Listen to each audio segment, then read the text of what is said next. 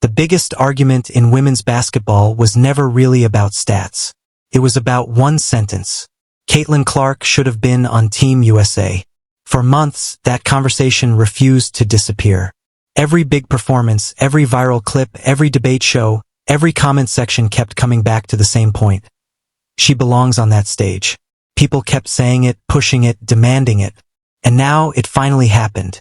On February 11th, 2026, USA Basketball officially named Caitlin Clark to its 12-player roster for the 2026 FIBA Women's World Cup qualifying tournament in San Juan, Puerto Rico, scheduled for March 11th through 17th.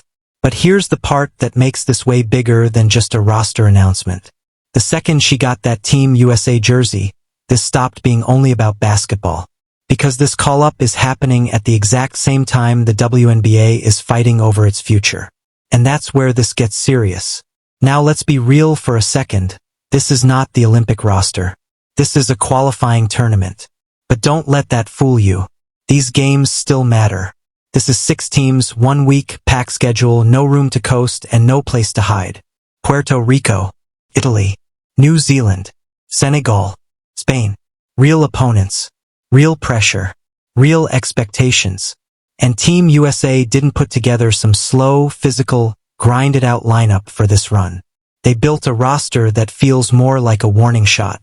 This group is loaded with pace, spacing, and shot-making. You've got veterans like Chelsea Gray, Kalia Copper, Kelsey Plum, and Jackie Young. Then you mix in first-time names like Clark, along with rising stars like Angel Reese and Paige Buchers. And that matters because this is basically Caitlin Clark basketball. Fast decisions, hit-ahead passes, deep range, quick triggers, transition chaos, defensive pressure turning into instant offense. That's her world. So when people ask, is she going to start? That's not just a fun basketball question anymore. That's a landmine. Because if she starts, a lot of people are going to say a veteran got pushed aside for the biggest name in the room. And if she doesn't start, the internet is going to explode and treat it like she got snubbed all over again. There's really no quiet answer here. No matter what happens, the attention is coming. And right now, attention is the most valuable thing in the sport. But this story gets even bigger once you step outside the tournament itself. Because while Clark is getting ready for Team USA, the WNBA and the Players Association are still locked in intense CBA negotiations. And that part matters just as much as anything happening on the court.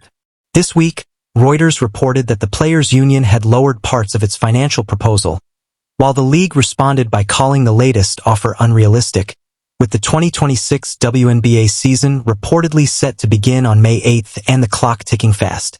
And in simple terms, here's what that means. If the league starts losing games, everybody loses money. And if the league loses momentum, that might be even worse. Because money can be renegotiated. Momentum is harder to recover. And that's exactly why Clark landing on Team USA right now feels so explosive. Because Caitlin Clark doesn't just bring production. She doesn't just bring highlights. She doesn't just bring a fan base. She brings ratings. She brings casual viewers. She brings national attention. She brings a whole audience that, not too long ago, wasn't even watching the WNBA at all. And right when the league needs every ounce of leverage it can get, the biggest attention magnet in women's basketball just got officially stamped with the words, Team USA. And that label changes everything. Because now the conversation shifts. She's no longer just the rookie sensation. No longer just the social media phenomenon. No longer just the player with the huge college following. Once you put on that national jersey, people start seeing you differently. You stop looking like hype. You start looking like establishment. You start looking like legacy. And then there's the other piece of this that made things even more interesting. NBC.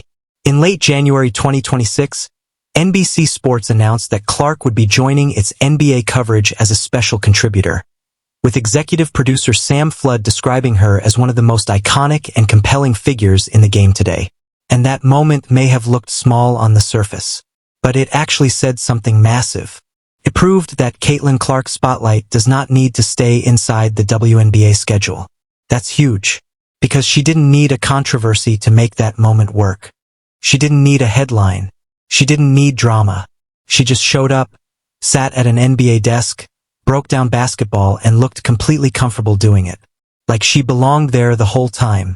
And once the audience starts seeing you as simply basketball, not just women's basketball, your market gets bigger almost overnight. That's not a shot at the league. That's just the truth. And truth changes business. Because leverage is not only about salary numbers and contract language. Leverage is also about options. And Caitlin Clark's options, or at least her influence, are getting bigger in real time. So now look at the full collision that's happening. Team USA debut in March. Global spotlight in Puerto Rico. Every possession clipped, replayed, debated, and turned into discourse. At the same time, the CBA battle is still active, with both the league and the players' side pushing proposals, drawing lines, and trying to gain ground before the season gets underway. And on top of that, Clark now has an NBC platform proving that the attention follows her, not just the uniform she wears.